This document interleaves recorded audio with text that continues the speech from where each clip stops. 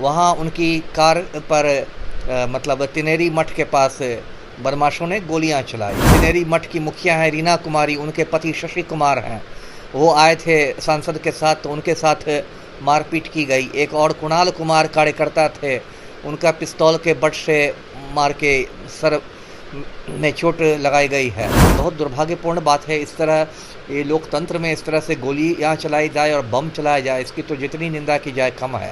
छात्र नेता हर्षराज की हत्या हो गई पटना लॉ कॉलेज में। दिन दहाड़े ईंटा से, पत्थरों से कुचल के, डंडे से कुचल के मार डाला गया। अपराधियों के हौसले कितने बुलंद हैं कि जब चुनाव का समय है उसमें पुलिस अतिरिक्त चौकसी रखती है। उस समय एक मौजूदा सांसद पर, एक पूर्व केंद्रीय मंत्री पर गोलियां चलाई जा रही है। वो तो अपनी किस्मत से बचे, नहीं तो कोई भी अप्रिय घटना हो सकती थी। और पलटू राम का जो सुशासन है उसकी विफलता है। ये आप क्या सुशासन चला रहे हैं जब एक मौजूदा सांसद पर गोलियां चलाई जा रही है राजधानी में। ये राजनीति का ही दूसरा नाम है आरोप प्रत्यारोप। अब चूंकि भाजपा के सांसद पर गोली चलाई गई है तो स्वाभाविक है वो राजद वालों पर करेंगे। जैसे कि छपरा में राजद कार्यकर्ता की हत्या हुई तो उसमें भाजपा के नेताओं पर दोष मढ़ा गया। तो ये तो आरोप प्रत्यारोप का कोई अंत नहीं है। देखिए, कल बीते शाम पाटलिपुत्र से एनडीए प्रत्याशी रामकृपाल यादव के काफिले पर हमला हुआ, जिसके बाद पूरे बिहार की सियासत तेज हो गई है और ऐसे में अब जाकर राजद के नेताओं पर आरोप लगने लगे। हमारे साथ बात करने के लिए बिहार के पूर्व आईपीएस अमिताभ कुमार दास से जुड़ेंगे, बात करेंगे।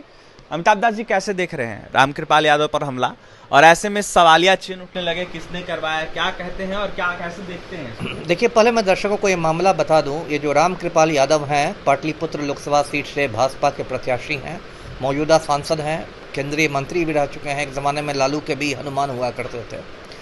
तो कल शाम की बात है, वो जा रहे थे, ये जो पटना डोभी मार्ग है वहाँ उनकी कार पर मतलब तिनेरी मठ के पास बदमाशों ने गोलियां चलाई। मतलब उनके ड्राइवर ने गाड़ी को मोड़ दिया तो इसलिए गोलियां नहीं लगी, लेकिन गोलियां चलाई गई।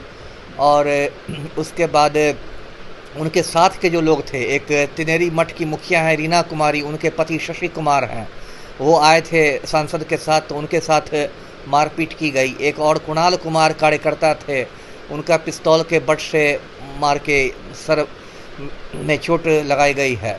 और उसके बाद रामकृपाल यादव सांसद महोदय ने पटना के सीनियर एसपी से बात की, सिटी एसपी आए और उसमें मामला दर्ज किया गया। 9 लोगों को नामजद अभियुक्त बनाया गया है। यही मामला है पूरा। आप देखिए, पहली बात तो है कि बहुत दुर्भाग्यपूर्ण बात है, इस तरह ये लोकतंत्र में इस तरह से गोलियां चलाई जाए और बम चलाया जाए, इसकी तो जितनी निंदा की जाए कम है। लेकिन इस बार बिहार में आप देखें कि इस तरह की मतलब घटनाएं होती रही हैं। अभी आप जानते हैं छपरा में मतदान के अगले दिन गोलियां चलाई गई। वहाँ चंदन यादव नाम का एक लड़का मारा गया, 2 लड़कों को और गोली लगी। और वहाँ पर इस तरह की फिर चुनाव आयोग ने सारण के एसपी का भी तबादला कर दिया उसी गोलीकांड के बाद। और पटना में तो अभी 5-6 रोज़ पहले देखिए, एक छात्र नेता हर्षराज की हत्या हो गई पटना लॉ कॉलेज में। दिन दहाड़े ईंटा से, पत्थरों से कुचल के, डंडे से कुचल के मार डाला गया। उसमें 1-2 गिरफ्तारियां हुई हैं। तो एक तो ये मैसेज जा रहा है कि देखिए अपराधियों का मनोबल कितना ज़्यादा ऊंचा है, अपराधियों के हौसले कितने बुलंद हैं कि जब चुनाव का समय है उसमें पुलिस अतिरिक्त चौकसी रखती है। उस समय एक मौजूदा सांसद पर, एक पूर्व केंद्रीय मंत्री पर गोलियां चलाई जा रही है। वो तो अपनी किस्मत से बचे, नहीं तो कोई भी अप्रिय घटना हो सकती थी।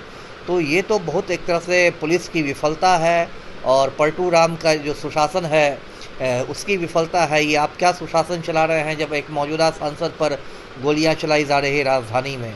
तो इस पर तो एक्शन लेना चाहिए पुलिस को। जी, खबर ये भी आ रही है कि अंगरक्षक कोई भी नहीं थे रामकृपाल यादव के पास, अकेले ही घूम रहे थे ड्राइवर के साथ। ये तो सर मैं मानूंगा कि ये सांसद महोदय की गलती थी, है ना। यदि बिहार जैसे राज्य में जहां अराजकता चरम पर है और सांसद लोगों को तो अंगरक्षक मिलते हैं, कानूनन मिलते हैं, तो उस स्थिति में यदि आप बिना अंगरक्षक के घूम रहे हैं तो इससे तो मैं आपकी चूक कहूँगा।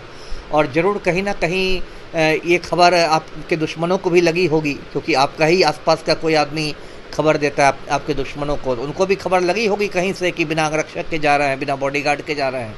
तो ये गलती नहीं करनी चाहिए। यदि आप इतने अराजक समाज में आप राजनीति करते हैं तो आपको पूरी सुरक्षा बरतनी चाहिए। यदि आपको अंगरक्षक मिला हुआ है तो उसको साथ रखने के लिए मिला है ना। राजद के लोगों पर आरोप मढ़े जा रहे हैं, इसमें कितनी सच्चाई है? अब इस पर मैं क्या कहूँ, ये तो देखिए राजनीति का ही दूसरा नाम है आरोप प्रत्यारोप। अब चूंकि भाजपा के सांसद पर गोली चलाई गई है तो स्वाभाविक है वो राजद वालों पर करेंगे। जैसे कि छपरा में राजद कार्यकर्ता की हत्या हुई तो उसमें भाजपा के नेताओं पर दोष मढ़ा गया। तो ये तो आरोप प्रत्यारोप का कोई अंत नहीं है, लेकिन बयानबाजी से उठकर सबको सोचना है कि बिहार कहाँ जा रहा है, किधर जा रहा है बिहार। जी, सख्त कार्रवाई करनी चाहिए जिन लोगों ने ऐसा किया। बिल्कुल बिल्कुल, किसी को नहीं छोड़ना चाहिए।